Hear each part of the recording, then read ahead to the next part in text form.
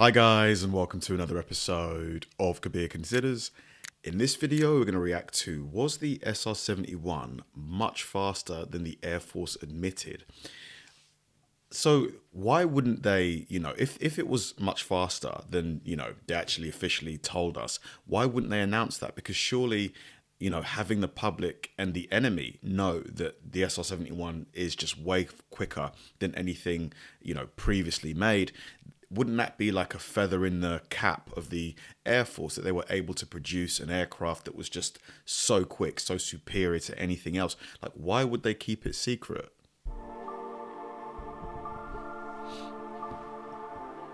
Recently, Boeing got itself in a bit of hot water by claiming the F-15EX could fly as fast as Mach 2.9, only to walk that claim back a few days later, prompting a resurgence in conversations about how the US likes to keep the maximum performance capabilities of its tactical aircraft a closely guarded secret. And that got me thinking again about the SR71, because, you see, despite retiring a quarter century ago, the SR71 Blackbird still holds the title as fastest reusable crewed jet aircraft in history, with a stated top speed of Mach 3.2. Now, over the years, I've had the good fortune to speak to a number of Blackbird pilots, and they've pretty much all told me that the aircraft was actually faster than that stated top speed, but none of them would go on the record. So I did a bit of digging to find out just how fast the SR-71 really was, and whether or not its lighter predecessor, the A-12,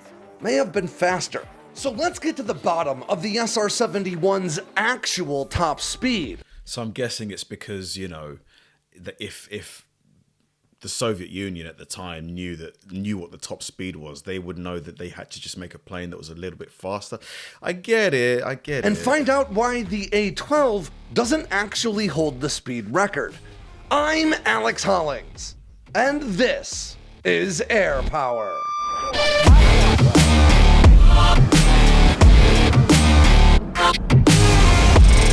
Before we dive in, let's talk about a very cool sponsor, Air Corps Aviation. Based in Bemidji, Minnesota, Air Corps Aviation has been helping to keep aviation history alive.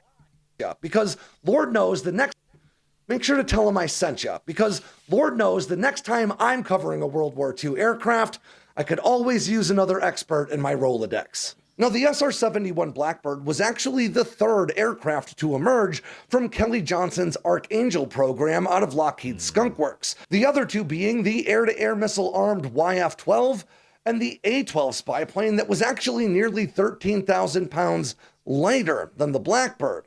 All three of those planes looked so sexy. My goodness. Now, according to the US Air Force, the SR-71's top speed was Mach 3.2. And according to the aircraft's flight manual, pilots should not push the aircraft beyond Mach 3.3, though it does very clearly say that it is not power limited to Mach 3.3. The engines could continue to accelerate, but at Mach 3.3, the aircraft is reaching the outside limits of its thermal and structural integrity. Now, according to former SR-71 pilot Brit B.C. Thomas, the fastest most Blackbird pilots would ever see in this aircraft was right around Mach 3.33. which, depending on altitude, is about 100 miles per hour faster than the aircraft's stated top speed. But that's during standard operational flight, not the fastest the aircraft has ever flown in testing. And in fact, there are a number of accounts of SR-71s doing quite a bit better than that. In one instance, recounted by retired U.S. Air Force Master Sergeant Jim Goodall in his book,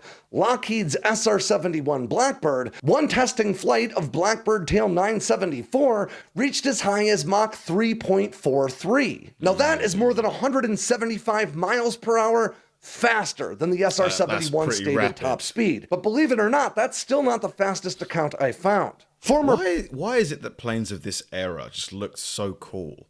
Planes today look, all right. Like, But I feel like they're going backwards. You know, the F-22 was like amazing. The F-35 doesn't look anywhere near as cool.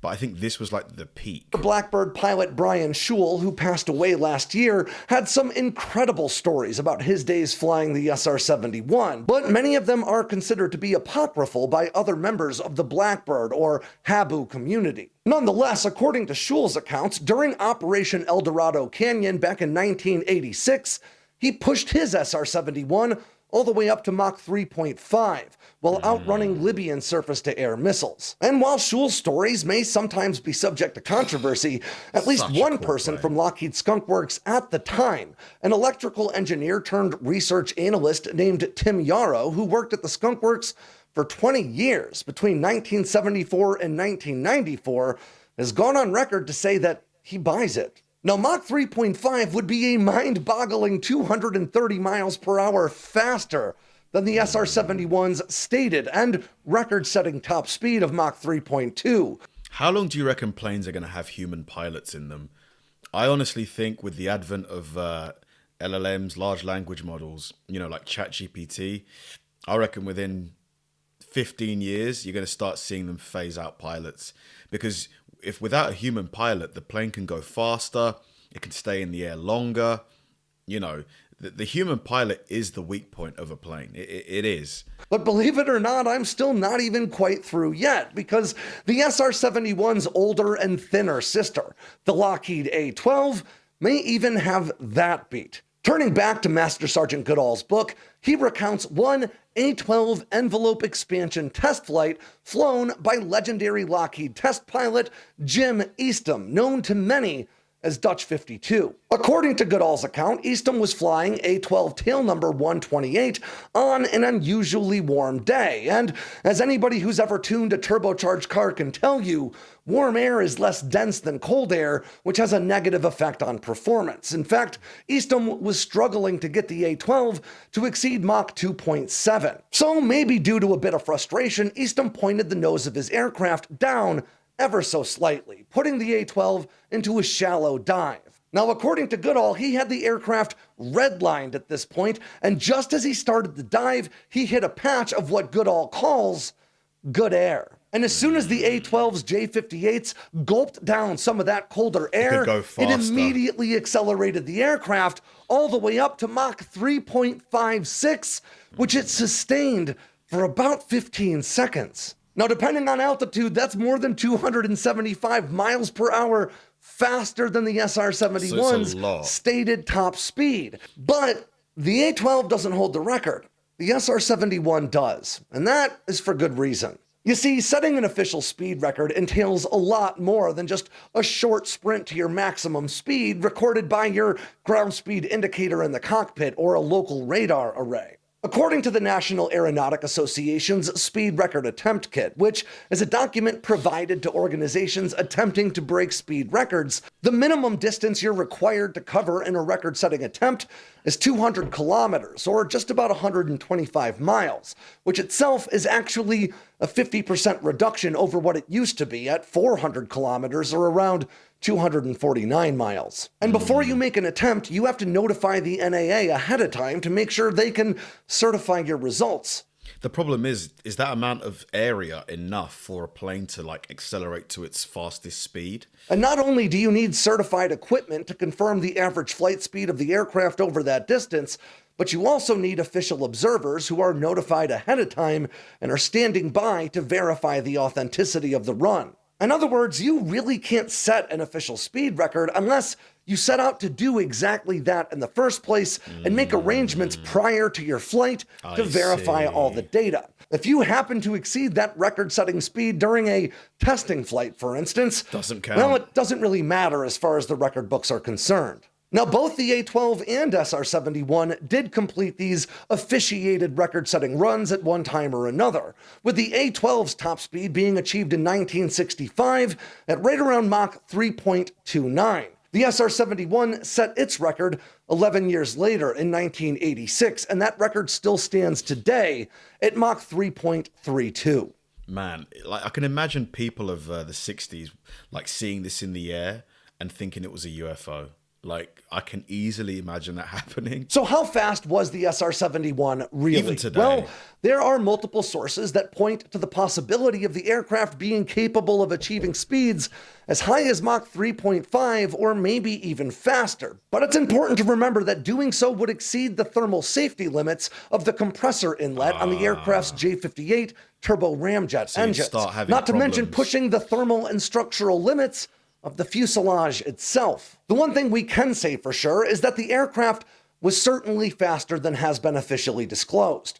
According to former Skunk Works director Ben Rich, who worked on the SR-71's inlet design under Kelly Johnson, the aircraft was designed to cruise at what he called a sweet spot of Mach 3.24, maybe 30 miles per hour faster than its disclosed maximum speed. And according to every Blackbird pilot I've ever spoken to, the aircraft still had lots of throttle room left when cruising at Mach 3.2. Most pilots simply didn't exceed that because it wouldn't make sense to take an unnecessary risk with their own lives and with an aircraft that, when adjusted to today's inflation, cost about $334 million apiece.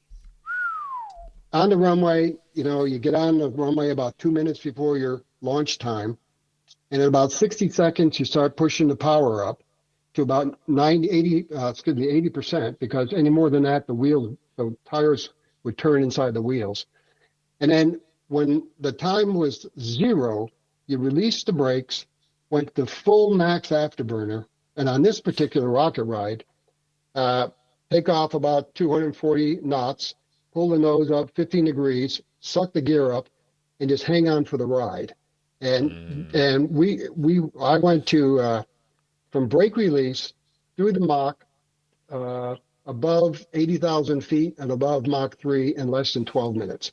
What's the limit between our atmosphere and like space? Like, how many feet is it? Is it 80,000? Is it 100,000? At what point do you start seeing like the blackness of space? But does this tell us anything about Boeing's Mach 2.9 claim and subsequent retraction? Now, I honestly couldn't say, but I can tell you that the F-15EX is powered by a pair of GE F-110-129 turbofan engines that produce more than 11,500 pounds more thrust than the F-15C's Pratt & Whitney power plants. And the aircraft also has something known as a VMAX switch located on the left-hand side of the cockpit, right near the canopy.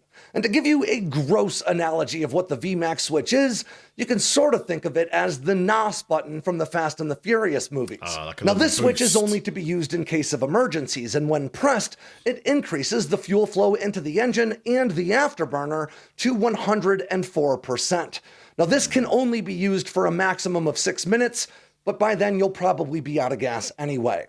Then that could be enough to accelerate the aircraft all the way up to Mach 2.9 in a short sprint. But even if it could, it really wouldn't matter. It would have really no bearing whatsoever on the aircraft's actual combat capability. One conclusion I do feel comfortable drawing, however, is that the F-15EX is almost certainly faster than the Air Force is comfortable with admitting. And that'll do it for this edition of Air Power from Sandbox News. They probably all are, to be fair. Well, I finally got my internet working. So Mach 3.5 is 2,555 miles an hour. That is just insane. Like, in the air, I'm sure it feels different traveling at that speed. It probably still feels really quick, but imagine going that quickly on land. Imagine what the buildings would look like to your left, to your right. It would just be a pure blur. You wouldn't even see anything, would you? It's probably impossible to even get that fast on land because there's just not enough straight road, to accelerate that quickly. It's just an incredible plane. I do really feel like planes peaked in terms of their aesthetics, like in the 60s and 70s. Like the F-22, I think, was designed like in the 80s or something like that. Like it's been around a long time. And for me, that in terms of fighter jets, the F-22 is the best looking plane I've ever seen. Why is it that planes seem to be, like aesthetically like decreasing? Although I did see one called the Tempest, like the new British fighter plane that looks quite cool. Thanks for watching, guys, and I'll see you in the next one.